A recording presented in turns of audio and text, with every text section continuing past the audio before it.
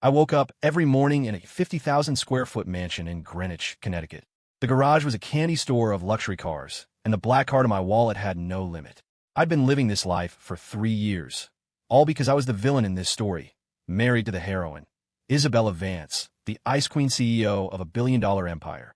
For 3 years, I played the part of the adoring, pathetic husband.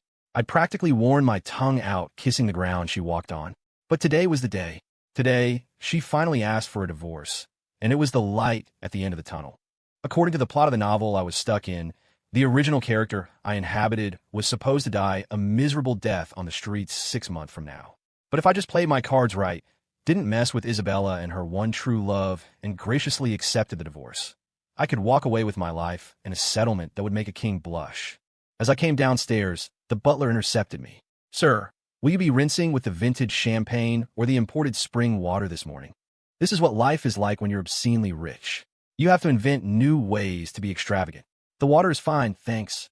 I was halfway through a white truffle and egg sandwich when Isabella swept into the dining room and sat opposite me, nursing a cup of black coffee.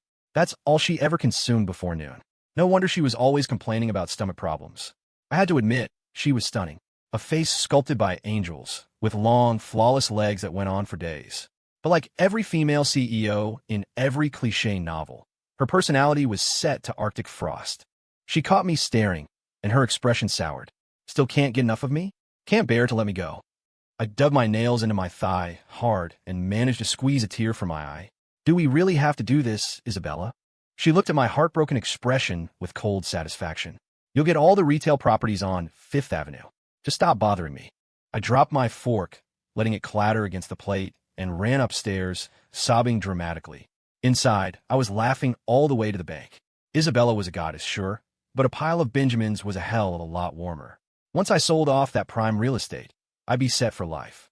The character I was inhabiting came from a wealthy family, but his parents favored his brother, leaving him with nothing. To join the ranks of the truly rich, I had to make my own way. That afternoon, I hit the designer stores on Rodeo Drive, my personal shopper trailing behind me. My only rule: if it wasn't ridiculously expensive, I didn't want it. The life of a kept man was ridiculously fun. That night, I met my best friend, Kevin, at a high-end whiskey bar. "You're out drinking," he said, swirling the scotch in his glass. "Won't your ice queen wife throw a fit?" "Don't call her that," I said with a grin. "She's not my wife anymore. She's my fairy godmother." I shrugged.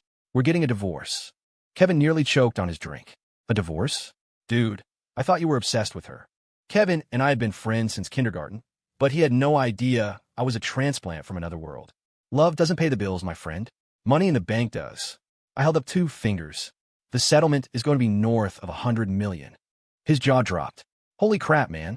You hit the jackpot." He shook his head in disbelief. "And here I thought you were just a hopeless romantic.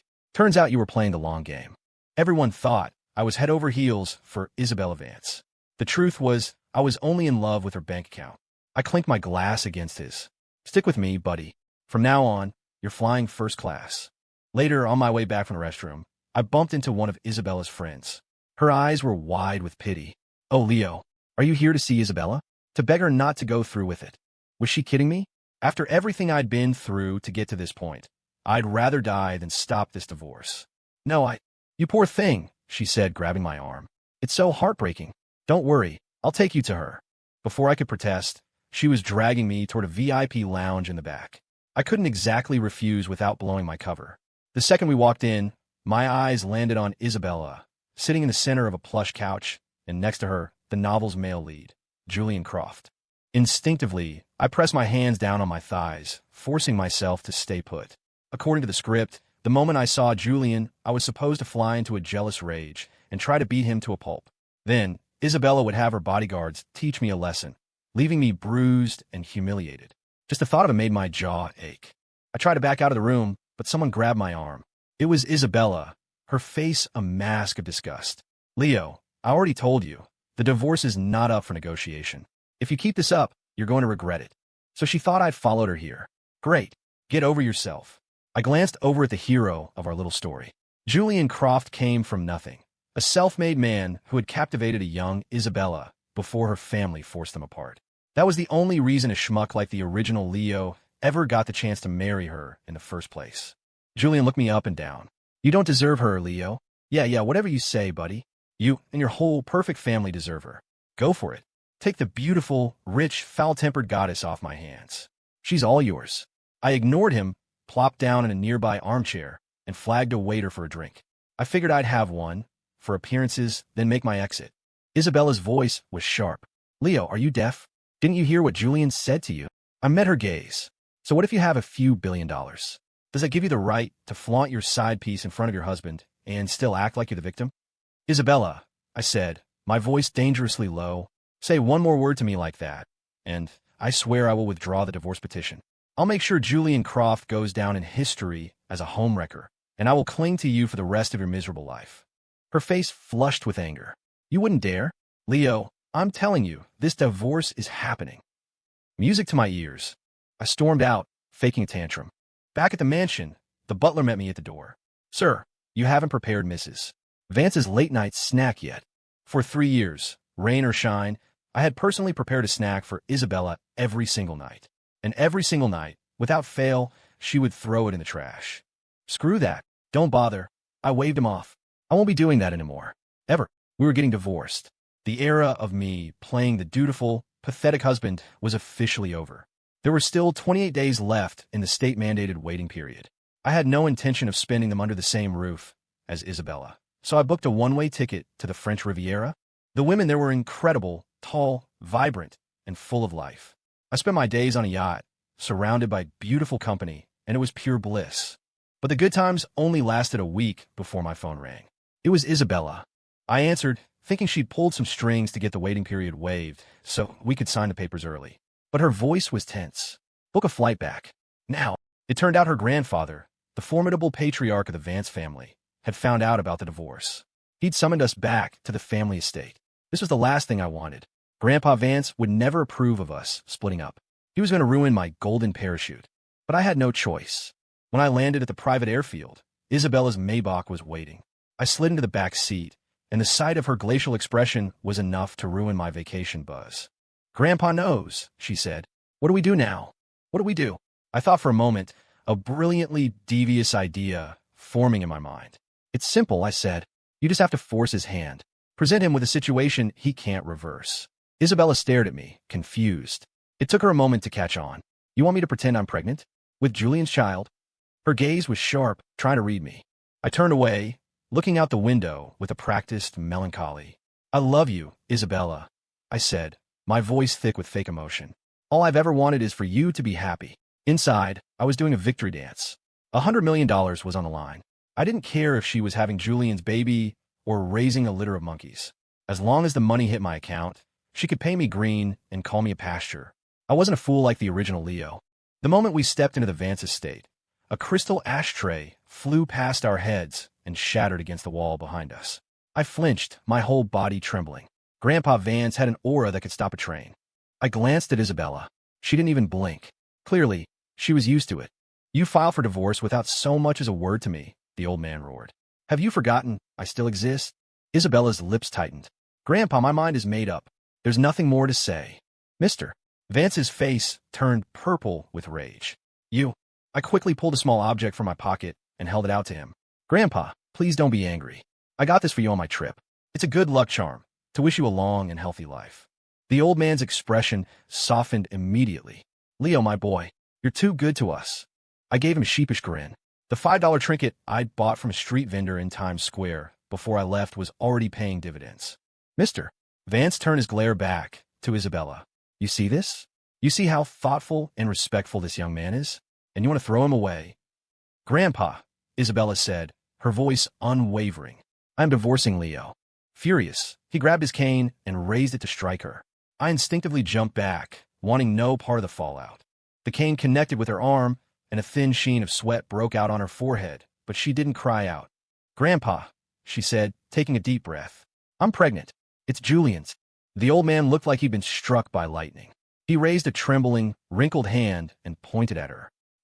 How could you bring such shame to this family? I rushed to his side. Grandpa, calm down, please. He looked at me, his eyes filled with a mix of pity and concern. And you? You're not angry. Angry? It was my idea. Hell, even if she really were pregnant, I wouldn't care. There are plenty of fish in the sea, and I wasn't about to waste my life pining over a woman who treated me like dirt. I put on my best performance, my voice cracking as tears welled in my eyes. Grandpa, she was never in love with me. Now she has a chance at true happiness. I have to let her go. Mister. Vance looked at me, his resolve crumbling.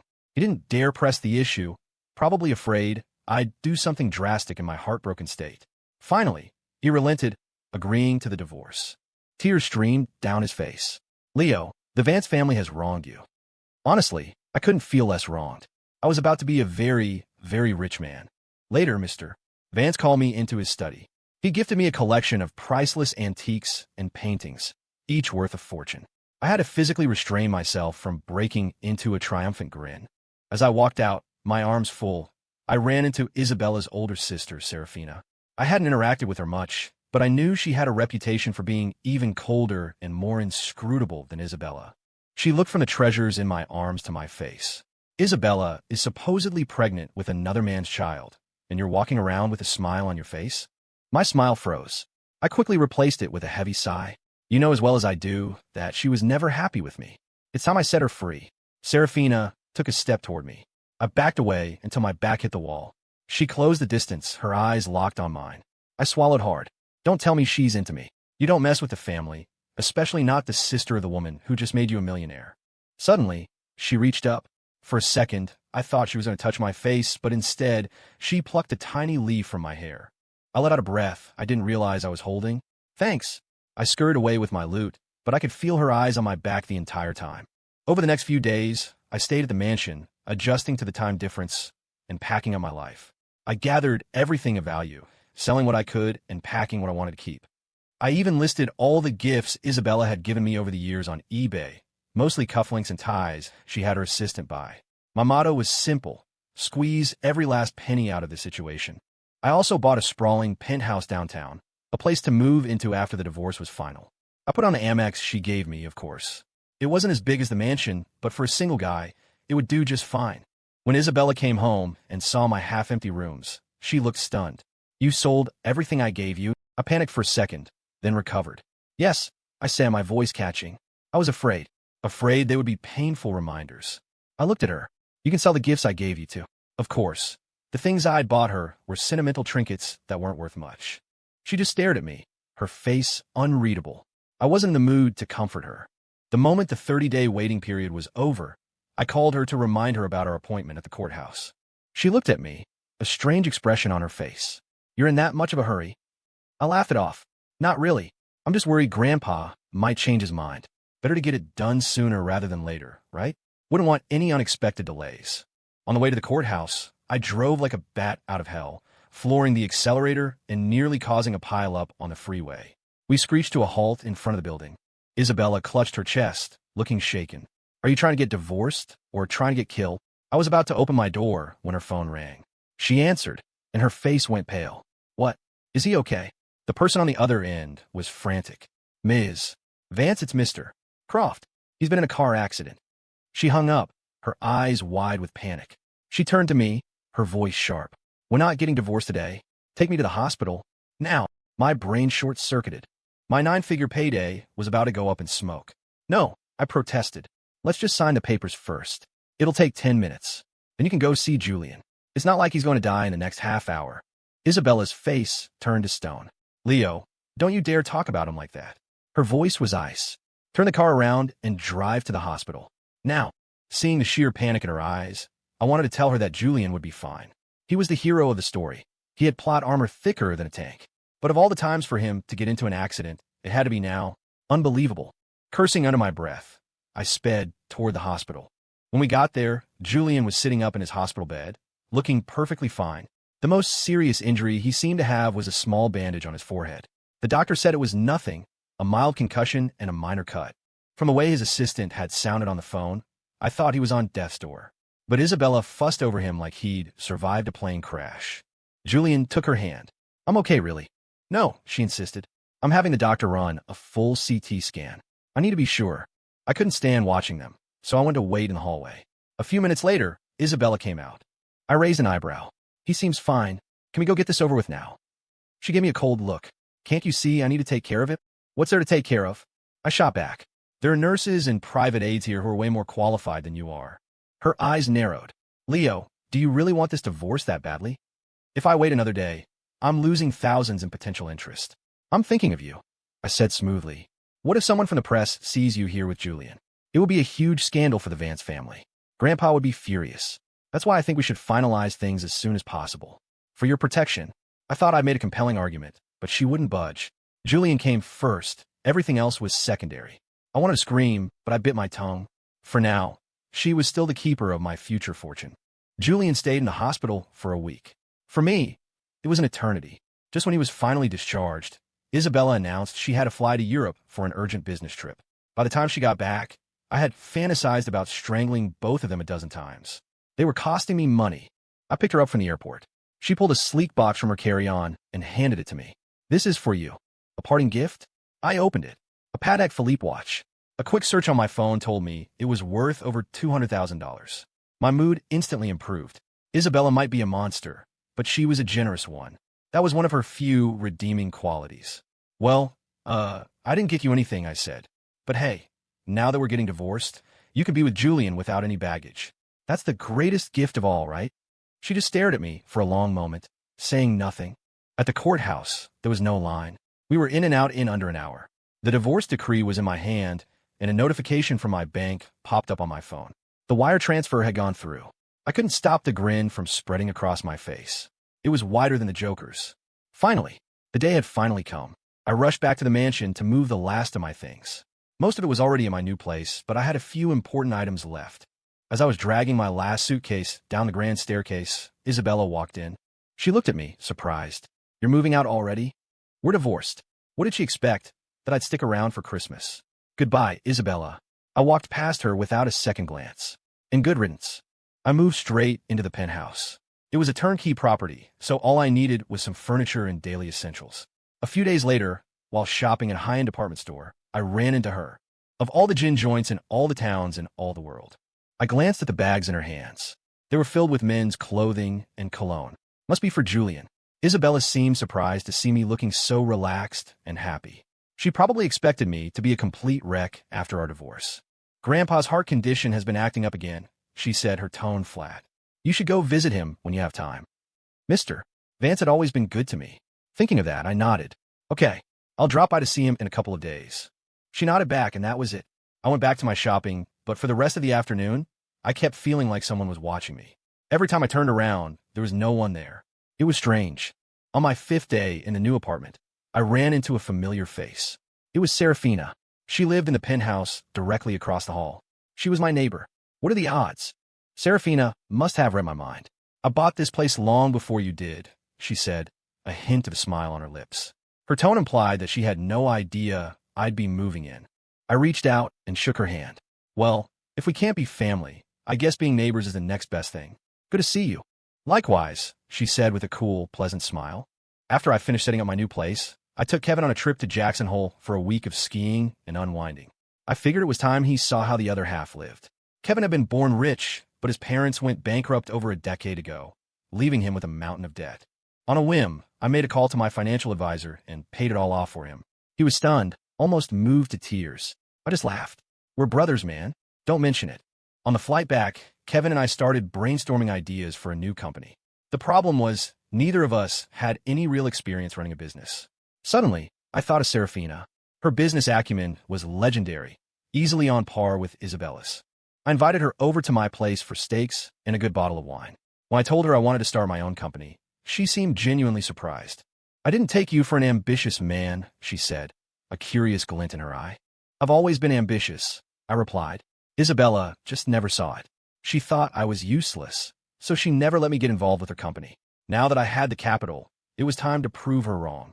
Serafina studied me, her gaze intense. I can help you, she said softly. But what's in it for me? Was she asking for equity? She already owned stakes in hundreds of companies. Mine would be a drop in the ocean. For a moment, I couldn't figure out her angle. Name it, I said. If it's in my power, it's yours. She leaned closer, her fingers tracing a slow circle on my chest. I want, she whispered, her voice husky. You. I froze, completely bewildered. So it wasn't my imagination before. She was actually into me. Damn, my charisma is just off the charts. I looked down at her, a faint blush coloring her cheeks, and my mind went blank. The wine must have been stronger than I thought, because I could barely form a sentence. Are we moving a little fast? Serafina blinked, pulling back slightly. Get your mind out of the gutter, she said, her expression suddenly all business. I want your cooking skills. You can make dinner for me every day. I stared at her, completely baffled. The seductive woman from 2 seconds ago was gone, replaced by a cool CEO. Was I just seeing things? She was interested in my cooking. I didn't dwell on it. I agreed immediately. I didn't care what she wanted from me. If she could help me get my company off the ground, I'd cook for her, clean for her. Hell, I'd give her foot massage every night. The next month was a blur. I worked like a dog, drowning in paperwork, navigating legal hurdles, and interviewing potential employees. I quickly learned that being an entrepreneur wasn't for the faint of heart. But with Kevin and Serafina by my side, the company slowly took shape and began to operate. I had finally done it. I was my own boss.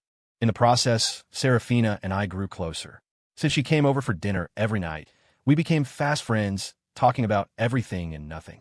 One evening, over a meal, she dropped a bombshell. Isabella and Julian are getting married. It made sense. If they didn't get a bun in the oven soon, Grandpa Vance would figure out the pregnancy was a lie. Seeing my silence, Serafina misinterpreted it as sadness. You know, if you still have feelings for Isabella. I don't. I cut her off, my tone sharper than I intended. Leo, you don't have to be so defensive. She paused, then added, when I passed by your room earlier, I saw you still have your wedding album out. It took me a second to remember. I'd grabbed it by mistake when I was packing, not because I was cherishing old memories. I made a mental note to toss it in the incinerator later. But I couldn't blame her for thinking that. For 3 years, my entire identity had been Isabella Vance's obsessed husband. How could I explain that it was all an act for the money? What if she turned around and told Isabella? They were sisters, after all. So I just kept my head down and ate, not saying another word. I didn't notice the flicker of disappointment in Serafina's eyes. A few days later, Isabella showed up at my office unannounced. Leo, don't think I don't know what you're doing, she said, hands on her hips. Starting this little company just to get my attention. Give it up. I'm never taking you back. I was speechless. Did she really think the entire universe revolved around her? Relax, I said, leaning back in my chair. Even if you got on your knees and begged me to take you back, I wouldn't. She clearly didn't believe me. What is that supposed to mean? Why else would a good-for-nothing like you suddenly decide to start a business? The only thing you're good at is cooking and running errands. Her voice was dripping with contempt. So that's all I ever was to her, a useless trophy husband. I couldn't be bothered to argue. Think whatever you want. I didn't do it for you, so don't flatter yourself. I buzzed my assistant. Please show Ms. Vance out. Isabella stomped her foot, her face red with fury. Leo, are you kicking me out? I spread my hands. We're divorced. We have no connection whatsoever. Should I invite you to stay for dinner instead? She pointed a finger at me. Leo, you'll regret this. Not long after, I got a text from an unknown number. It was Julian. Stay away from Isabella, or you'll be sorry. Seriously? Were these two taking turns trying to get a rise out of me? Was I some kind of prop in their twisted romantic drama? I blocked his number without a second thought. After work, I met Serafina at a new Italian restaurant downtown. And who should be sitting at a nearby table but Isabella? What kind of cosmic joke was this? She walked over to our table. Leo, I know you're only with my sister to make me jealous. It's not going to work. Nothing you do will change my mind. I shot back. Isabella, where do you get the confidence to think that everything I do is about you? She sneered. I know you better than you know yourself. If you actually like my sister, you wouldn't have turned down Grandpa's offer to marry her all those years ago. She was right. Back then, Mr. Vance had given the original Leo a choice between her and Serafina. But the poor sap had been smitten with Isabella since childhood, so he chose her. People change, Isabella, I said calmly. Just because I like you then doesn't mean I do now. I looked her straight in the eye. I'm not in love with you anymore. Get it? A flicker of shock crossed her face. I stood up and turned to Serafina. Let's go. We'll eat somewhere else. Serafina also rose, her gaze cool as she looked at her sister. Some things won't belong to you forever, Isabella. Besides, you're about to marry Julian. You should probably stop thinking about other men. We found another restaurant and had a quiet dinner. When I got home, I was about to head to bed when my doorbell rang. I opened the door. Standing there, or rather, swaying there, was Isabella.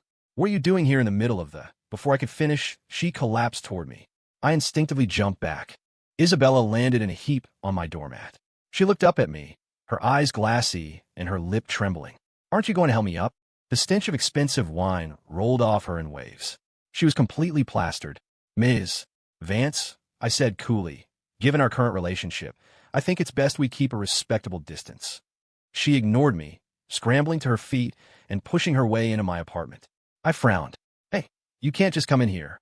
She plopped down on my sofa, looking around at my decor. "Looks like you're doing pretty well for yourself after the divorce," she slurred. "Julian and I had a fight. I don't want to go home tonight. I'm sleeping here." My eyes widened. "No, absolutely not. You need to leave. Now." I wasn't surprised they were fighting. Julian, the novel's hero, was an alpha male through and through, and Isabella was anything but a submissive lamb. Their personalities were bound to clash over every little thing. But fighting with her fiancé was one thing. Showing up at her ex-husband's apartment was another. I wanted no part of her drama. I grabbed her arm to pull her up. "I'm not leaving. Get out of here before Julian shows up and I have to explain this," I hissed. As if on cue, the devil himself appeared. Julian was standing in my doorway, his face contorted with rage. "What the hell are you two doing?" I flinched. We hadn't done a thing. I hadn't so much as laid a finger on her since the divorce, but I knew how this looked. "You're just in time," I said, relieved. "Take your fiancée home. She's drunk and causing a scene." Before I could finish, Julian's fist connected with my jaw. "Leo," he roared, "didn't I warn you to stay away from my wife?"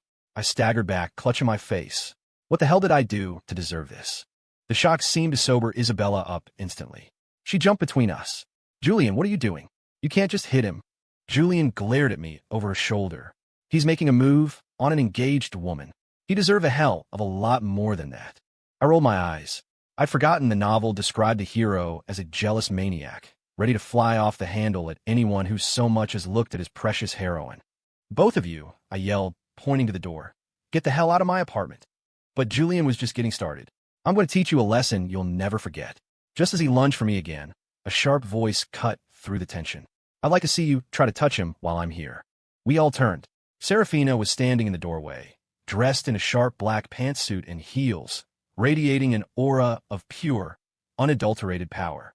For a second, my heart skipped a beat. Isabella stared at her. "Serafina, are you really with him?" Serafina walked coolly to my side and linked her arm through mine. "What do you think?" Isabella's face was a kaleidoscope of emotions: shock, disbelief, anger. Finally, she choked out, "He's my ex-husband. How could you be with him?" Serafina's reply was placid. "My personal life is my own business. And as you said, he's your ex-husband, which means you no longer have any right to interfere in his." Julian, perhaps intimidated by Serafina's presence, finally backed down.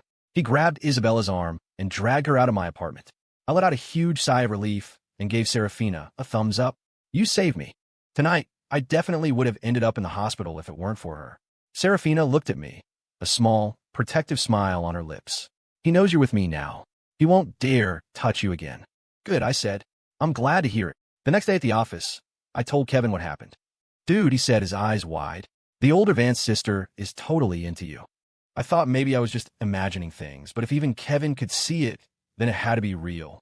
Serafina had a cool exterior, but underneath she was stable, gentle, and intelligent. She was 1,000 times better than Isabella. The more I got to know her, the more I realized my first impression of her had been completely wrong. I was starting to develop real feelings for her. "Don't be ridiculous," I said, trying to sound casual. "We're just business partners." Kevin clapped me on the shoulder. "Listen to me, man. She is way better for you than Isabella ever was. Don't screw this up." Just then, Serafina walked into my office. "Don't screw it up."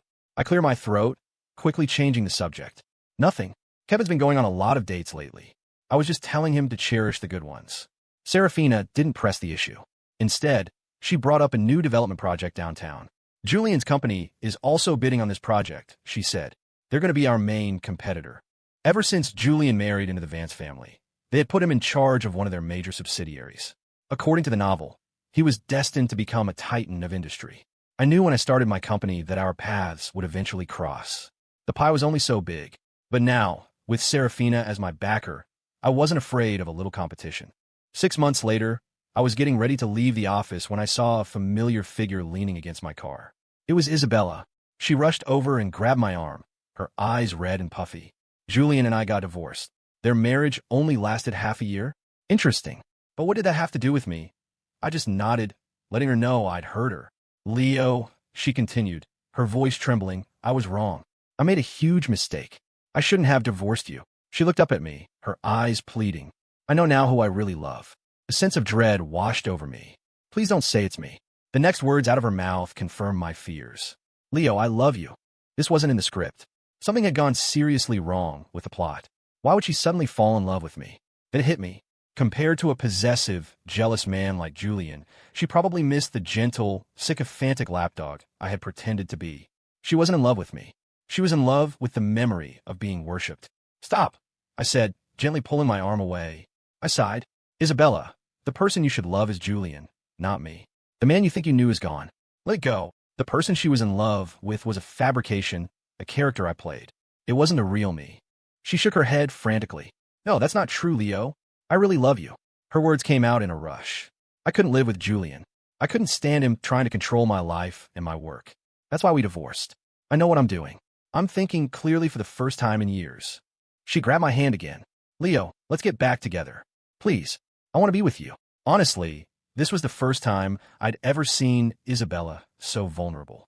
She'd always been so imperious, so high and mighty. I pried her fingers off my hand. I'm with your sister now, I said firmly. The person I love is her. Impossible, she cried, her voice rising. The person you love is me. It's always been me. My patience was wearing thin. Believe what you want, but we are never, ever getting back together. I don't do leftovers. With that, I got in my car and drove away. But Isabella didn't believe me. She started showing up everywhere. She brought me gifts, delivered lunch to my office, and even started sending afternoon tea for my entire staff, trying to win them over. Some of the newer employees, not knowing our history, started calling her Mrs. Miller. She would just smile, basking in the attention. It was driving me insane. I didn't know how to get rid of this stage 5 clinger. Serafina noticed my distress. You really don't want to get back with her? She asked one evening. I rubbed my temples. I don't love her. I just want her to leave me alone. Serafina raised an eyebrow. I have an idea, she said. A way to make her give up for good. My head shot up. What is it? Marry me, she said, her voice even. We can get married. I stared at her, stunned. Grandpa's been setting me up on blind dates constantly, she explained. I have no interest in any of those men. Instead of being forced into a business alliance with a stranger, I'd rather marry you. We could be a fake couple. It clicked. And if we get married, I finish for her. Isabella will have no choice but to back off. It's a win-win. A brilliant plan. Okay, I'll get everything ready. We'll go see Grandpa tomorrow and ask for his blessing. A slow smile spread across Serafina's face. The next day, we went to the Vance estate. I expected Mr. Vance to have some reservations, and I had a whole speech prepared to convince him. But to my surprise, he agreed without a moment's hesitation. That girl Isabella never knew how to appreciate you, he said, shaking his head. It was her loss. Serafina is a much better match for you. I approve of this marriage. It turned out Mr. Vance had missed having me around and wanted me to visit more, but he didn't know how to ask. Now that I was going to be his grandson-in-law again, he was beaming. I immediately went over and started massaging his shoulders. Thank you, Grandpa. He had a soft spot for me because in the past, when I had nothing better to do, I would spend days with him playing chess, talking, and fishing. At his age, companionship was what he craved most. When the news of our engagement was announced, Isabella went ballistic. She stormed into my office, waving the announcement from a gossip site. Leo, I don't believe you're actually marrying my sister. I calmly handed her a wedding invitation. Next Friday. Be there. She stared at the invitation, her eyes fixed on our names elegantly printed in gold script. Tears began to stream down her face. Leo, you really don't love me anymore. I don't love you. I repeated, my voice firm but not unkind. Isabella, from now on, I'll be your brother-in-law. Please, let go of any other ideas. On the day of the wedding, Isabella was a no-show. She did, however, make the front page of every tabloid. The night before our wedding, she was photographed at a bar, blind drunk, with headlines screaming about how she was still hopelessly in love with her ex-husband. She never denied it, which was a tacit admission. 2 years later, my company went public. The biggest reason for its success was Serafina. At the celebration party, I stood on stage and pulled her to my side, taking her hand. And I have one more piece of good news to share, I announced to the cheering crowd. I'm going to be a father. The room erupted in applause. Congratulations, Mr. Miller, Ms. Vance. I looked down at Serafina, and her eyes were shining with the same love that I felt for her. Over the past 2 years, our fake marriage had become wonderfully breathtakingly real. Serafina, I whispered, thank you. Without her, I never would have achieved any of this. She smiled back, her face radiant. And thank you for giving me the most beautiful love story. A good marriage, I learned, is a partnership. You build each other up, you understand each other. The following year, Serafina gave birth to twins. I was finally a father. As for Isabella, I heard that after her divorce from Julian, she never dated again. Julian apparently tried to reconcile with her at one point, but she refused, telling him that I was the only man she had ever truly loved. Enraged, Julia married someone else. Isabella Vance never remarried. She spent the rest of her life alone.